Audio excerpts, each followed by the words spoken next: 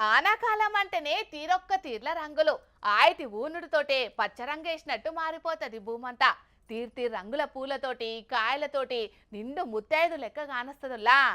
7 రంగుల ఇంద్రధనుస్సులు విరుస్తుంటాయి. తొలకరి వానకు భూమి లోపట నుంచి రంగురంగుల జీవాలు బయటికి వస్తుంటాయి. అట్లనే ఇగో ఈడ ఎప్పుడు చూడని కొత్త రంగుల ప్రత్యక్షమైన కొన్ని జీవులు.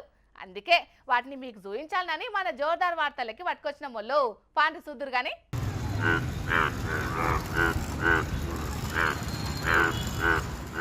ఓరక్కో గివేం కప్పలుల్లో గమ్మతున్నాయి కదా.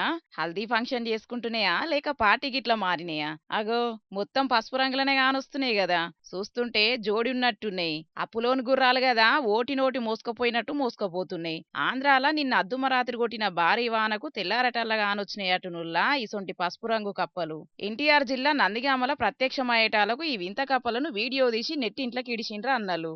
అట్లిప్పుడు సోషల్ మీడియాలో మస్తు తిరుగుతున్నది ఈ వీడియో. ఇక దీని మీద ఏమన్నా కామెంట్లు పెడుతున్నారు ఆనుల్లా చూసినోళ్ళు. కప్పలు టీడీపీ పార్టీ కావచ్చునని కొందరంటుంటే, ఏహే ఇండ్లంతగానం ఏమున్నది, మా తెలంగాణలో సుతం ఇసొంటి బొచ్చడు గానొస్తుంటాయని ఇంకొందరు కామెంట్లు పెడుతున్నారు. ఇక అసలు వీటి కథ ఏంటిది, కార్ఖాన్ ఏంటిదని గూగుల్ తల్లిని అడిగితే వీటిని ఇండియన్ బుల్ ఫ్రాగ్ అంటారని చెప్తున్నది.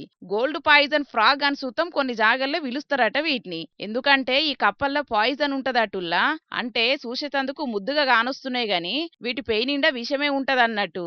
అందుకే జర జాగ్రత్తల్లా వీటితోటి.